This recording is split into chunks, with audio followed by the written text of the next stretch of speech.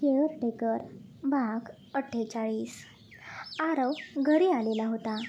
त्याला माहिती होतं की आज मीरा घरी नाही, त्यामुळेच त्यांनी ऑफिसमध्येच उशीर केलेला होता. पण किती वेळ तो तरी तिथे थांबणार होता ना.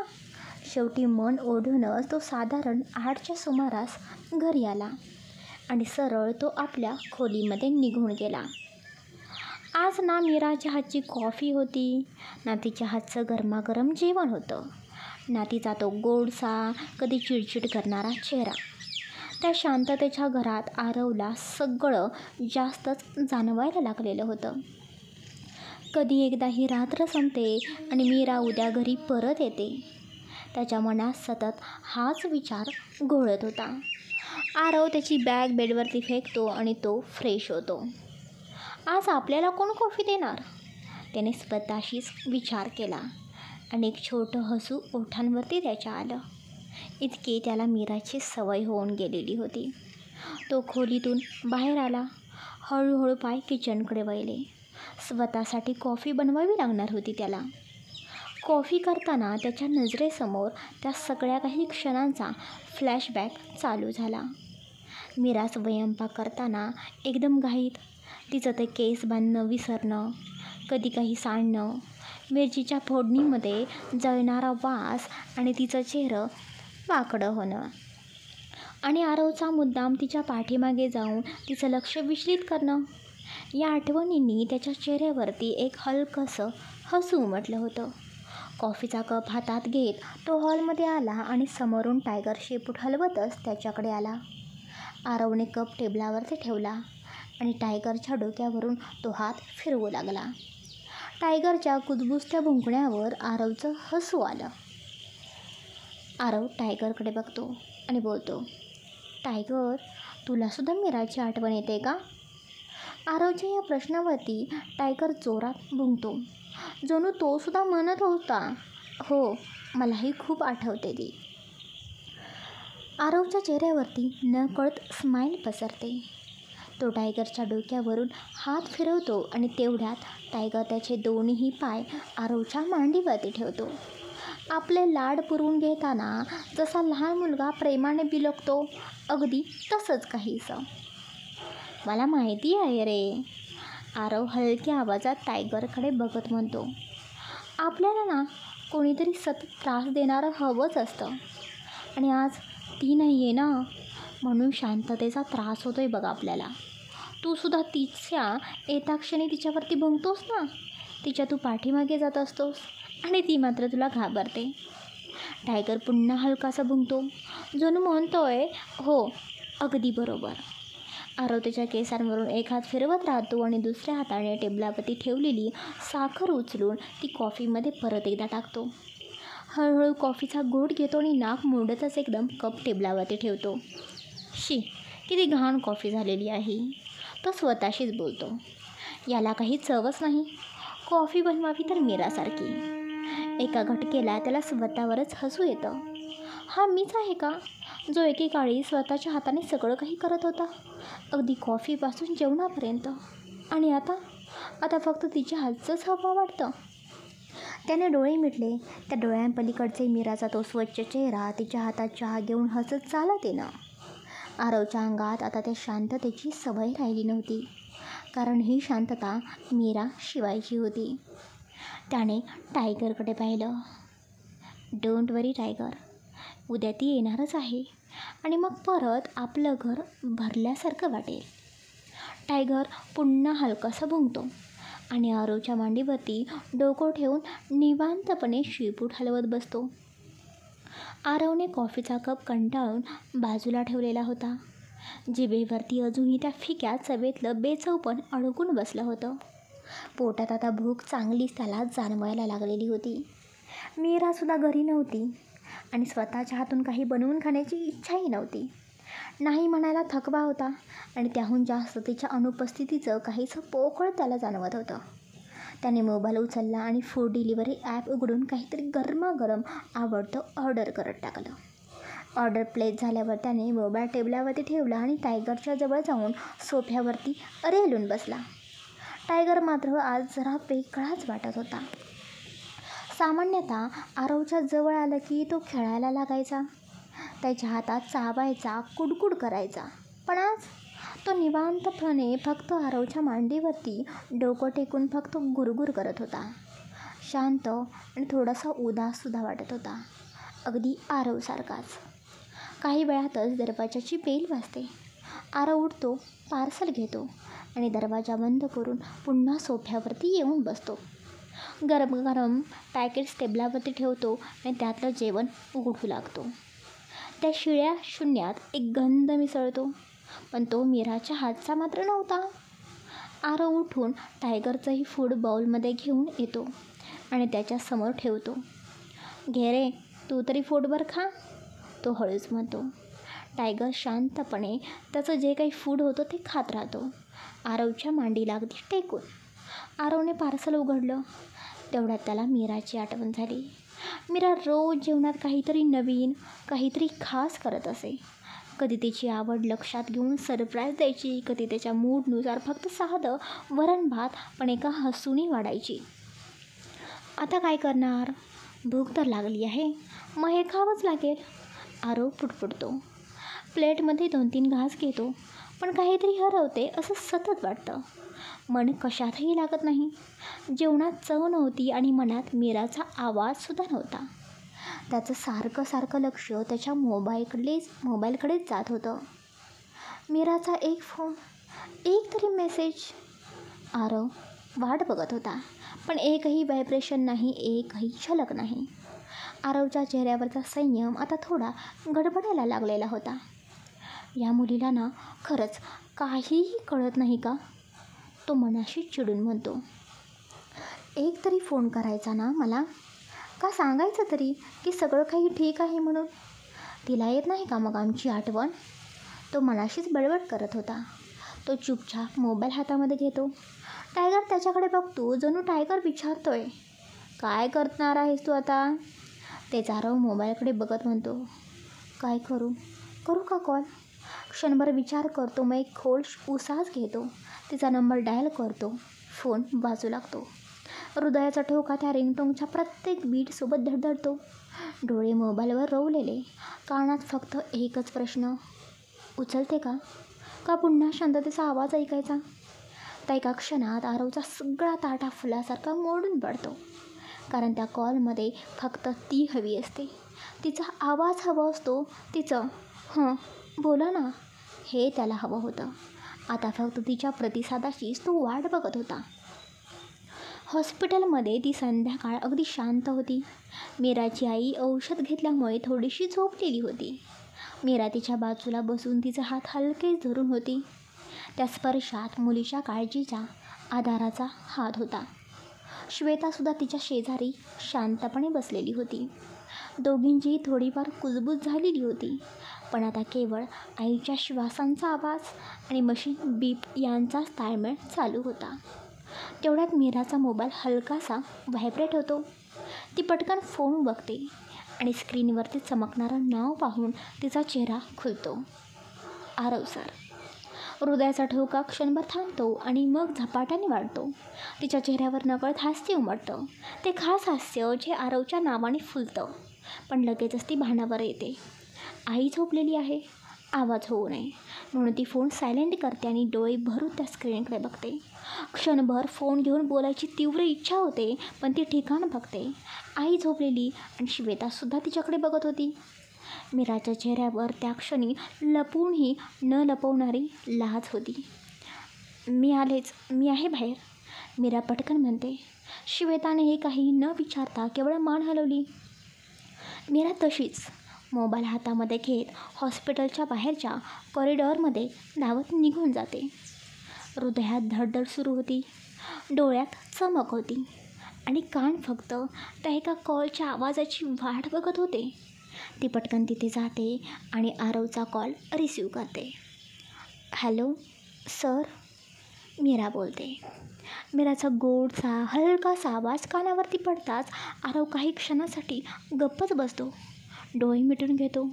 त्या आवाजात एक वेगळी शांती होती, जी त्याच्या थकलेल्या मनावर फुंकर घालणारी होती. दुपारपासून तिचा आवाज ऐकलेला नव्हता म्हणून तो इतका अस्वस्थ झालेला होता आणि आता तो आवाज कानात शिरताच त्याला वाटलं, बस अजून काही नको, फक्त ती आता बोलत राहावं. पण इकडे मीरा मात्र गोंधळलेली होती. तिने हलक्याच आवाजात पुन्हा विचारलं, हॅलो सर, काय झालं, बोला ना. आरव भानावरती येतो. हां हॅलो, तो मंद स्वरात उत्तर देतो. ती हसत म्हणते, हां बोला ना सर. आरवकडे खरं तर बोलायला खूप काही होतं, पण त्या क्षणी शब्दच हरवलेले होते. पण तिचा आवाज ऐकून त्याचं मन भरून गेलं होतं. खरं तर हे कॉल अचानक त्याने केलेला होता. ना काही ठरवलं होतं, ना काही ठोस त्याने विचार केलेला होता की काय बोलायचं. फक्त तिची खूप आठवण आली आणि बोट आपसुकच तिचा नंबर डायल करून बसलेली होती. काय झालं सर, बोला ना. मीरा पुन्हा आरव काहीच बोलत नाही म्हणून अलगद बोलते. आरव काही क्षण शांत राहतो आणि मग नकळत त्याच्या तोंडून शब्द बाहेर पडतात. नाही, काही झालं नाही, फक्त आठवण आली म्हणून. हे वाक्य निघतं आणि आरव स्वतःही क्षणभर गोंधळतो. तो लगेचच त्याचं बोलणं थांबवतो. अरे, मी हे काय बोलून गेलो. त्याच्या मनात विचारांचे लढे सुरू होतात. पण इकडे मीराचं मन मात्र त्या एका आठवण आली म्हणून या वाक्यावरती अडकून राहिलेलं होतं. क्षणभर तिने डोळे मिटले आणि ओठांवरती तिच्या एक नकळत हसू उमटलेलं होतं. पोटात एक गोड गोंधळ उठला, जणू फुलपाखरं उडायला लागली होती. आरव सर माझी आठवण घेतात. ती लाजून गालातल्या गालात खुदकन हसली, पण चेहऱ्यावरचं हास्य काही लपवता मात्र तिला येत नव्हतं. तोच आरवच्या लक्षात येतं की त्याचं बोलणं जरा जास्तच उघड झालं. तो पटकन काहीतरी सावरतच बोलतो. म्हणजे टायगरला तुझी आठवण आली म्हणून कॉल केला. त्याला बोलायचं होतं तुझ्याशी. तो पटकन पुढे बोलतो. मीरा, मी एक काम करतो, मी ना माझा फोन स्पीकरवरती ठेवतो. टायगरशी बोल ना तू, त्याला आठवण येते का तुझी. आरवचे बोलणे ऐकून मीराच्या मनात सगळी गोंधळलेली यंत्रणा सुरू होती. चक्क टायगरला माझी आठवण आली, ती मनाशीच म्हणाली. अरे यार, मी तर त्या कुत्र्याला पाहिलं की कधी कधी लांब होते आणि आरव सर म्हणतात की टायगरला माझी आठवण आली. आमचं काय असं बॉन्डिंग आहे. तेवढ्यात आरवचा आवाज परत कानात येतो. मीरा, मी फोन स्पीकरवरती ठेवलेला आहे बघ. टायगरच्या कानाजवळ आहे फोन. तू बोल ना त्याच्याशी. तू बोललीस ना आणि तुझा आवाज ऐकला ना, तो भुंकेल बघ. मीराचं भान परत येतं. ती गोंधळलेली. आता हे टायगरशी काय बोलावं. म्हणजे माणसांशी संवाद ठीक आहे, पण कुत्र्याशी बोलणं. ती थोडं गालात हसते आणि फोनमध्ये हलक्या आवाजात बोलते. हॅलो हो टायगर, मी मीरा बोलते. जेवलास का तू. मीरा जरा संकोचूनच बोलते.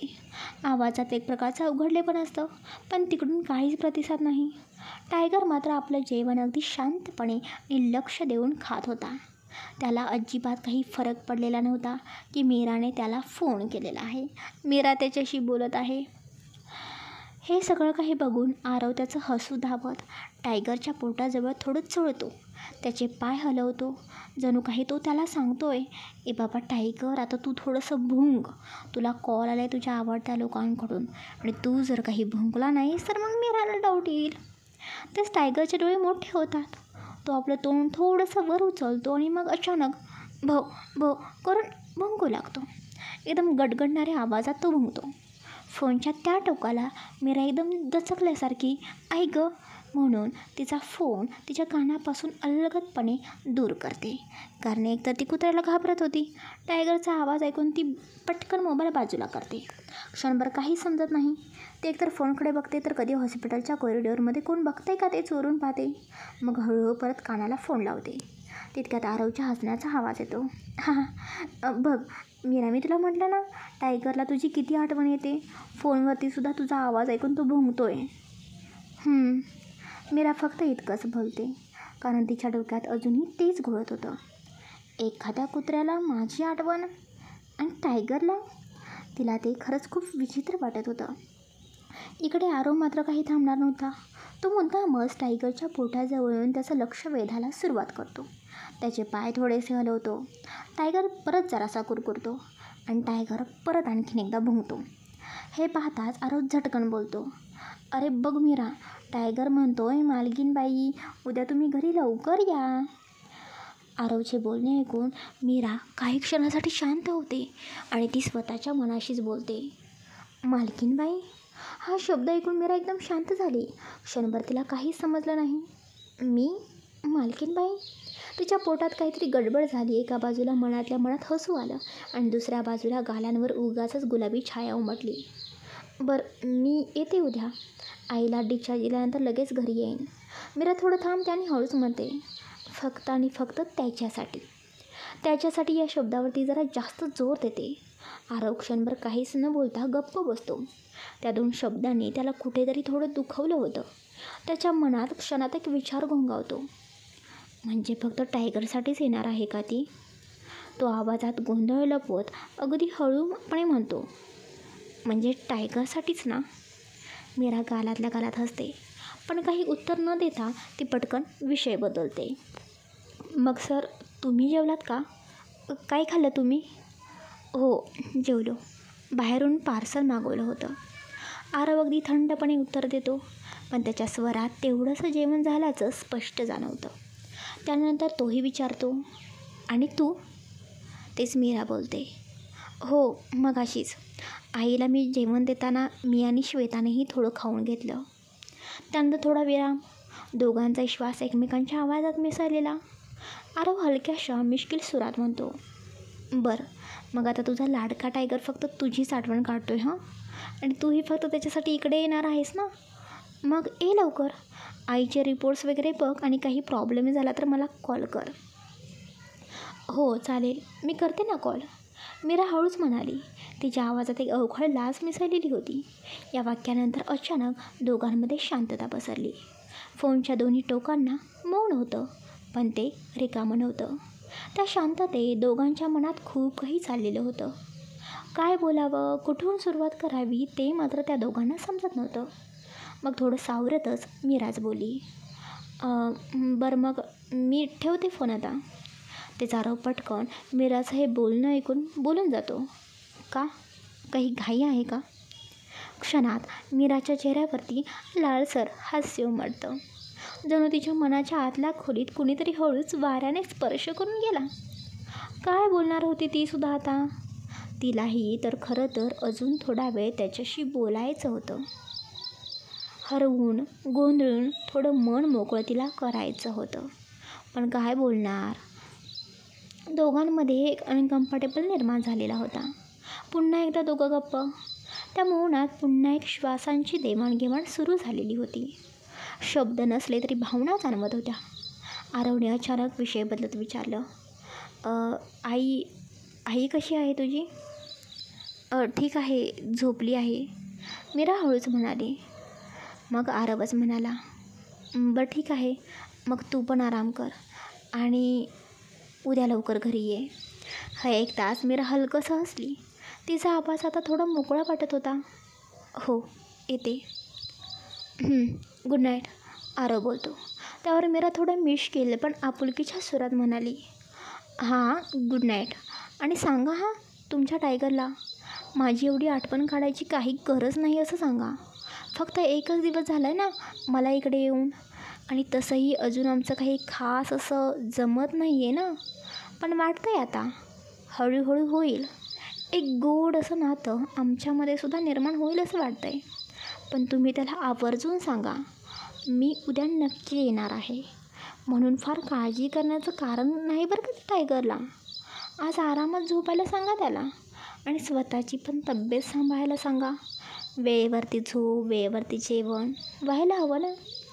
मीरा हसली, पण तिच्या त्या शब्दांमधून आरवला जाणवलं हे सगळं ती फक्त टायगरसाठी नाही बोलत.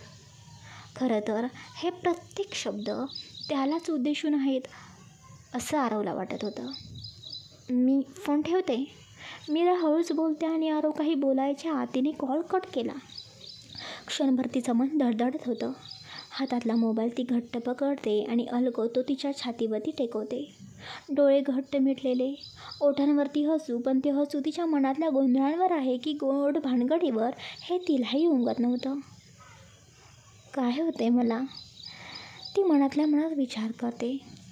हे सगळं इतकं गोड वाटते, पण खरंच आरवने फक्त टायगरची आठवण म्हणून मला फोन केला होता का? का अजून काही होतं त्यांच्या मनात? आणि टायगर कसा काय मला मालकीनबाई बोलेल? टायगरला थोडीच काही बोलता येतं म्हणून सर असे बोलले. मीराचं मन आतून अलगदच कुजबुजत होतं. ते खरंच आरवचं मन बोलत होतं का माझ्याशी?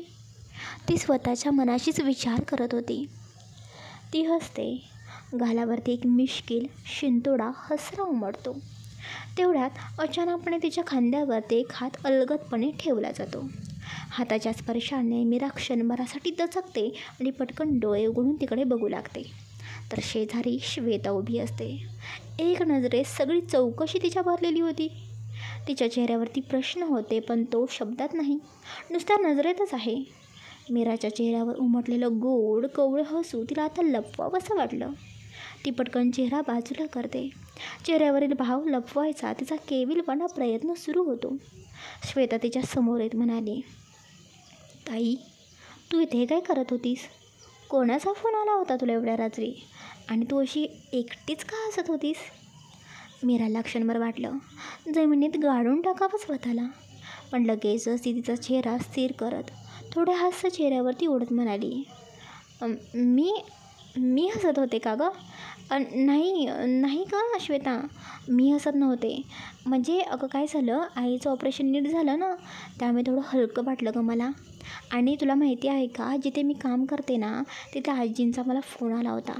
म्हणत होत्या तू कधी येणार आहेस वगैरे. मग त्यांना आईबद्दल सगळं सांगितलं ना. आणि खरं सांगायचं तर आई आता आउट ऑफ डेंजर आहे म्हणाली ना डॉक्टर. डिस्चार्ज लवकरच मिळणार आहे. त्यामुळे मला आनंद झाला गं फक्त, बाकी काही नाही. ती हसण्याचा एक थोडासा गोड पण झाकलेला प्रयत्न करत म्हणाली, बाकी काही नाही गं बच्चा, आपण आज जाऊया का? चल. मग ती न थांबता विषय बदलत सरळ आतमध्ये वळली. जणू तिच्या चालण्यातही आता काहीतरी लपलेलं असतं, काहीतरी गोड, काहीतरी अनामिक. मग श्वेता क्षणभर तिथेच उभी राहिली, पाठीमागून मीराकडे बघत. तिच्या कपाळावरती एक हलकासा शंका उमटलेली होती. काहीतरी नक्कीच आहे, पण बोलत नाही आहे ही, श्वेता मनाशी विचार करत होती. तिकडे फोन कट झालेला होता. आरव काही क्षण स्क्रीनकडे बघत राहतो. मीराचं शेवटचं वाक्य त्याच्या डोक्यात पुन्हा पुन्हा घुमत राहतं. सांगा टायगरला, काळजी करू नको, मी येणार आहे उद्या. त्याच्या चेहऱ्यावर एक हळवं हसू उमटलं. मोबाईल अलगद बाजूला ठेवतो आणि टायगरकडे पाहतो. टायगर आता आरवच्या पायाशी निजलेला असतो, पण त्याच्या कानांना हलकासा हालचाल मात्र होतच असते, जणू तो सुद्धा काहीतरी ऐकतोय. आरव त्याच्या पाठीवरून हात फिरवतो आणि बोलतो, टायगर, ऐकलंस का तू? तुझी मालकीनबाईला खूप काळजी आहे रे तुझी. आता येणार आहे बरं का ती, उद्याच लवकर. फक्त थोडा वेळ आपल्याला वाट बघायची आहे. टायगर त्याच्या हाताच्या स्पर्शाने शांतपणे डोळे मिटतो. आरव मात्र त्याच्या बाजूला बसतो. खोलीत हलकासा अंधार पसरलेला असतो. बाहेर चंद्रप्रकाश अगदी झिरपत असतो आणि त्यांच्या खिडकीतून आत येणारा गार वारा त्या शांततेला अधिक गहिरा करतो. आरव शांतपणे टायगरच्या अंगावरून हात फिरत स्वतःशीच पुटपुटतो, खरंच कुणीतरी असावं जे फक्त आपल्याला समजून घ्यावं, जसं ती समजते. त्याच्या आवाजात नजाकत नसते, पण एक मूक स्वीकार असतो. त्या रात्री आरवला झोप येते, पण डोळे मिटण्याआधी शेवटचा विचार फक्त तिचाच, म्हणजे मीराचा. तो दिवस तसाच निघून जातो. सकाळी वॉर्डाच्या बाहेरच्या गॅलरीत एका लाकडी बाकावर मीरा आणि श्वेता दोघीही शांतपणे बसलेल्या होत्या. दोघींच्याही चेहऱ्यावरती थोडा थकवा होता, पण डोळ्यात एकच वाट पाहणं. आईचे रिपोर्ट्स काय सांगतील? मीरा अधूनमधून आपले हात एकमेकांमध्ये घट्ट पकडत होती. तिचा चेहरा शांत होता, पण आतून काळजीची लाट तिच्या छातीत उसळतच होती. तेवढ्यात वॉर्डचा दरवाजा उघडतो आणि त्या दोघींनाही डॉक्टर बाहेर येताना दिसतात. डॉक्टरांना बाहेर येताना बघून मीरा झपकन उठते आणि त्यांच्यासमोर जाते. डॉक्टर काय झालं? आईची तब्येत ठीक आहे ना? तिच्या आवाजात एक भीती आणि एक आतुरता होती. डॉक्टर थोडं हसतात आणि बोलतात, मिस मीरा, मी फक्त तुमच्या आईचं प्राथमिक चेकअप केलेलं आहे. रिपोर्ट्स येणं अजून बाकी आहे. ते आले की मी तुम्हाला माझ्या केबिनमध्ये बोलवेन. तोपर्यंत तुम्ही थोडी वाट बघा. डॉक्टर शांतपणे बोलतात आणि ते सुद्धा त्यांच्या केबिनमध्ये निघून जातात. मीरा हळूहळू परत येऊन श्वेताजवळ बसते. तिचा चेहरा आता अधिक गंभीर झालेला असतो. दोघींचं बोलणं थांबतं. फक्त हॉस्पिटलच्या शांत आवाजात काळजाची धडधड ऐकू येऊ लागते. काही वेळानंतर एक नर्स त्यांच्याच जवळ येते. मिस मीरा, डॉक्टरांनी तुम्हाला केबिनमध्ये बोलवलेलं आहे. ती नर्स बोलते आणि निघून जाते. नर्सचे बोलणे ऐकून मीरा पटकन उठते आणि श्वेताकडे बघून बोलते, श्वेता, तू आईजवळ थांब. मी बघून येते डॉक्टर काय म्हणतात. ती वेगानं डॉक्टरांच्या केबिनकडे जाते. दरवाजाजवळ येते आणि थोडंसं खोल ती एक श्वास घेते. प्लीज, काहीही वाईट होऊ नको. ती देवाजवळ प्रार्थना करते. मनातच पुटपुटते आणि देवाचं नाव घेऊन दरवाजा उघडते. डॉक्टर टेबलावरती रिपोर्ट्स पाहत असतात. मीरा हळूच समोरच्या खुर्चीवरती बसते आणि डॉक्टरांकडे बघून बोलते, डॉक्टर, काय सांगतायत रिपोर्ट्स? डॉक्टर तिच्याकडे पाहून हळूच एक स्मित करतात. मिस मीरा, घाबरायचं कारण नाही. एक गुड न्यूज आहे. मीरा क्षणभर थांबते. ते काही बोलण्याआधी डॉक्टर पुढे बोलतात, तुमच्या आईचे सगळे रिपोर्ट्स नॉर्मल आहेत. ती आता पूर्णपणे आउट ऑफ डेंजर आहे. आज आम्ही त्यांना डिस्चार्ज देणार आहोत. त्यांच्या या शब्दांनी मीराचं काही थरथरत कापलं. डोळ्यात चमक, चेहऱ्यावरती थरार आणि ओठांवरती हसू उमटलं. खरंच? म्हणजे आई आता ठीक आहे? Thank you so much doctor. तेच डॉक्टर पुढे म्हणतात, हो, पण एक गोष्ट लक्षात ठेवा, आमच्याकडून एक खास केअरटेकर लेडी तुम्हाला सोबत दिली जाईल. त्या तुमच्या आईची काळजी घेत राहतील. त्यामुळे त्यांना पूर्ण तुम्ही सहकार्य करा. तुम्ही जशी काळजी घ्याल तशीच त्यासुद्धा तुमच्या आईची काळजी घेतील. आणि पुढील 2 ते 3 महिने प्रत्येक महिन्याला एकदा चेकअपसाठी तुम्हाला हॉस्पिटलमध्ये यावं लागेल. बाकी टेन्शन घेण्यासारखं काहीही कारण नाही. मीरा डोळ्यात पाणी आणत म्हणते, हो डॉक्टर, मी सगळं काही सांभाळेन. आणि डॉक्टर, पुन्हा एकदा थँक्यू. मीरा भरभर पावलं टाकत बाहेर जाते आणि आई आणि श्वेताच्या रूमकडे येते. तिच्या चेहऱ्यावरचं हसू, डोळ्यामधली चमक आणि चालण्यातला उत्साह पाहून श्वेताला कळतं काहीतरी चांगली बातमी असणार. आई, श्वेता. मीरा दार उघडताच आनंदाने आवाज देते, गुड न्यूज आहे बघा. डॉक्टर म्हणाले आजच आईला डिस्चार्ज मिळणार आहे. हे ऐकून श्वेता थक्क होते आणि आईच्या चेहऱ्यावरती सुद्धा हलकंसं हसू उमटतं. तिचे डोळे थोडेसे पाणावतात. बरं झालं गं माझं बाळ. या हॉस्पिटलच्या 4 भिंतीमध्ये जीव गुदमरायला लागला होता गं. घरी गेलं की घरचं हसणं, स्वयंपाकाचा वास, देवाचं भजन, त्या सगळ्यात माझं मनही बरं होईल. आई बोलते तेव्हा तिचा आवाज थोडा थरथरत असतो, आनंद आणि हळवेपणाने भरलेला. हो गाई, आता मी सगळी काही प्रोसेस करते डिस्चार्जची. श्वेता, तू इथे सांग आईजवळ.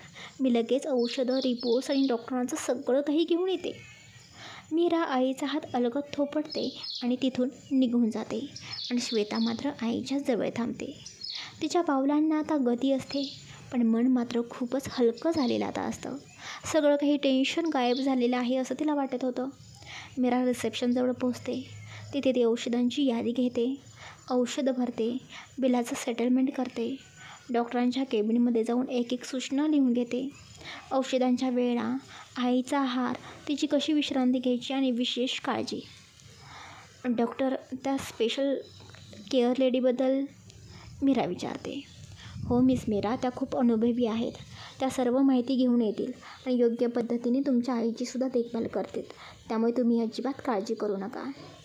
मीरा बोलून बाहेर निघून जाते. काल आरवने गाडी आणि ड्रायव्हर पाठवलेला असतो. गाडी हॉस्पिटलच्या गेटसमोर उभी असते. मीरा गाडी दरवाजाजवळ उभी राहते आणि आईचा हात धरून ती अलगद आईला गाडीमध्ये बसवते. श्वेता आईच्या दुसऱ्या बाजूला बसते आणि त्या दोघी एकमेकांचा हात घट्ट धरून बसतात. त्यांच्यासोबत केअर लेडीही असते. गाडी हलते आणि हॉस्पिटल मागे राहतं. सोबत येतो एक मोठा श्वास, एक हळवी सुटका. घरी पोचल्यावर दारासमोर मीरा थांबते. आई अजूनही थोडी थकलेली असते, पण तिच्या चेहऱ्यावर एक वेगळी शांती असते. मीरा आधी घरात जाऊन सुंदर ओवाळणीचं ताट ती स्वतः तयार करते.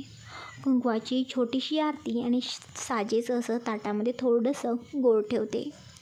आई दारात उभी असते आणि मीरा तिचं औक्षण करताना थरथरत बोलते. आई, तू परत आलीस गं. एवढ्या मोठ्या आजारातून तू बरी झालीस आणि पुन्हा एकदा माझं घर भरून गेलं गं. आईच्या डोळ्यात टचकन पाणी येतं. श्वेताही मागून पाणी टिपते. त्या तिघींच्या डोळ्यात न बोललेलं पण खोलवरचं नातं झळकत असतं. मीरा हळूवारपणे आईला घरात घेऊन येते. पलंगावर आधीच एक मऊ सुगंधी ब्लँकेट अंथरलेलं असतं. मीरा आईला त्या खाटवरती नीट झोपवते आणि ती स्पेशल केअर लेडी तिच्या औषधांच्या वेळा, पाणी यांची व्यवस्थित काळजी घेते. मीरा हळूच तिच्या शेजारी येऊन बसते. तिचा हात आईच्या हातात अलगद ठेवते. आई, ती हळूच बोलते. आता मला निघावं लागेल गं. कालपासून मी तुझ्यासोबत होते. तू डिस्चार्ज मिळाल्यावर कामावर निघेन असं मी ठरवलं होतं. पण आता खरंच वेळ झाला आहे. आईच्या चेहऱ्यावर हळवा हसू उमटतो. ती तिच्या मुलीच्या डोक्यावरून अलगद हात फिरवते. माझं बाळ, इतकं सगळं तुझ्यामुळेच नीट झालं आहे गं. तू इतकी पायपीट केलीस. तुझ्या डोळ्याखालच्या काळवटा साक्ष देतात. आता थोडं स्वतःकडे बघ. कामात लक्ष दे. माझी काळजी घेणारी श्वेता आहेच की, आणि यासुद्धा मॅडम आहेत ना माझ्यासोबत. तुला काहीच काळजी करण्यासारखं काही कारण नाही. तू निवांत राहा. आईचा आवाज जरी हळवा असला तरी शब्दात एक आईचा ठामपणा होता. कधी माझी आठवण आली तर व्हिडिओ कॉल कर. मी बघेन तुला, मी बोलेन तुझ्याशी, पण तू माझी काळजी करू नको. मीरा काहीच बोलू शकली नव्हती. तिच्या डोळ्यात नकळत पाणी जमा झालं होतं, पण तिनं ते डोळ्यातलं पाणी थांबवलं. आईला दुःखी न दिसू देता ती चेहऱ्यावर हलकंसं हसू आणते आणि अलगद गालावरून आईच्या हात फिरवते. आई, तू ना कायम माझ्यासाठी बेस्ट राहशील आणि राहशील. आई केवळ स्मित करते. श्वेता दरवाजाजवळ उभी असते. मीरा आईला गालावरून एक हलकीशी पप्पी देते आणि पटकन वळते, कारण तिला माहिती असतं अजून थोडा वेळ थांबली तर ती तुटून पडेल. श्वेता, आईची नीट काळजी घे आणि तिने वेळेवर औषधं घेतली का ते बघत जा. काही लागलं तर मला लगेच कळव. श्वेता फक्त मान डोलवते. दोघी बहिणीही एकमेकींना मिठी मारून भेटतात. मीरा दाराजवळ येते. एकदा मागे म्हणून बघते. आई शांत चेहऱ्याने झोपायला तयार होते. त्या प्रसंगातलं हळवेपण मीरेच्या मनात खोल रुतून बसलेलं होतं. ती स्वतःला सावरून आरवच्या घरी जायला निघते. चला गाईज, आजचा भाग कसा होता मला भरभरून कमेंट्स करून सांगा. बाकी आज मी 2 पार्ट अपलोड केलेले आहेत, कारण एक दिवशीचा पार्ट अपलोड करायचा राहिलेला होता, तो मी आज भरून काढलेला आहे. त्यामुळे बघा, तुम्हालासुद्धा माहिती आहे की मी कधी पार्ट अपलोड करायचा राहिला तर एक दिवशी का होईना 2 पार्ट अपलोड करते आणि तो दिवस भरून काढतेच. पार्ट मी मागे पुढे अपलोड करत असते, टायमिंग फिक्स नसतं, त्यामुळे ते प्लीज तुम्ही समजून घ्या. माझ्या कामाच्या नादामध्ये जेव्हा जमेल त्यावेळी मी लिहिते, अपलोड करते. बाकी आज मी सुद्धा पार्ट अपलोड लवकर केलेला आहे, कारण 10पर्यंत तुम्हीसुद्धा खूप वाट बघत असता आणि परत लाईट जाते, पाऊस येतो, काहीतरी प्रॉब्लेम होतो. बाकी आजचा भाग कसा वाटला नक्की भरभरून कमेंट्स करून सांगा. आपल्या आरवला तर मीराशिवाय करमेना झालं आहे. टायगरचं नाव पुढे करून तो मीराशी बोलतो आहे. आता बघूया पुढे काय होतं, त्या दोघांचं नातं कसं जुळतं. आता मीराच्या आयुष्यातले तर सगळे काही प्रॉब्लेम्स दूर झालेले आहेत. आता बघूया मीरा आरवच्या आयुष्यातले प्रॉब्लेम कसे दूर करते. आणि त्या दोघांची लव्ह स्टोरीसुद्धा तुम्ही नक्कीच आता ऐकायची आहे बरं का, कारण त्यांच्या लव्ह स्टोरीला आता खऱ्या अर्थाने सुरुवात होणार आहे. कारण मीराच्या आईचं ऑपरेशन वगैरे सगळं काही नीट संपवलेलं आहे आपण. आता फक्त त्यांची तुम्ही लव्ह स्टोरी ऐकायची. बाकी आजचा भाग नक्की कसा वाटला कमेंट्स करून सांगा. Bye, take care, good night, sweet dreams. उद्या भागसुद्धा नक्की अपलोड होणार आहे, पण एकच होणार आहे बरं का, तेवढं समजून घ्या. बाय.